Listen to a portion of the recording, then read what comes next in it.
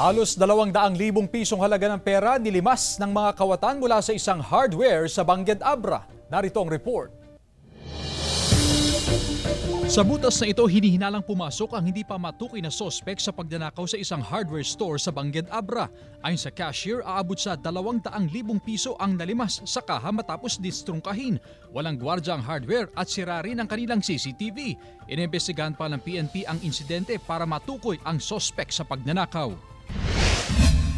Natagpuan sa harap ng isang bahay ang patay na sanggol sa barangay Tabug, Batac City, Ilocos Norte. Ayon sa PNP, babae ang sanggol na nakasilid sa eco bag. Base sa post-mortem examination, 7 gulang ang sanggol na may umbilical cord pa at nakita ng pasa sa ulo. Dinala sa simbahan ng sanggol na pinangalan ng Baby Angel para mabendisyonan bago ilibing.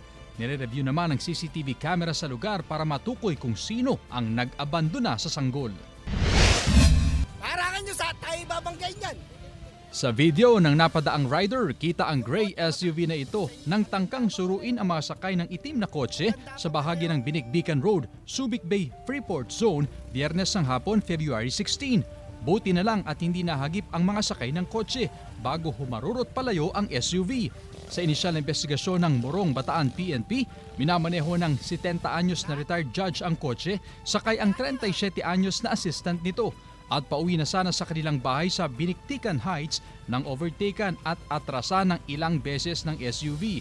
Magsasagawa ngayon ng follow-up operation ang Morong PNP at may panawagan sila sa makapagbibigay ng impormasyon tungkol sa babaeng driver ng SUV at sa SUV na may plate number na Z7N788 na agad ipagbigay alam sa kanilang tanggapan.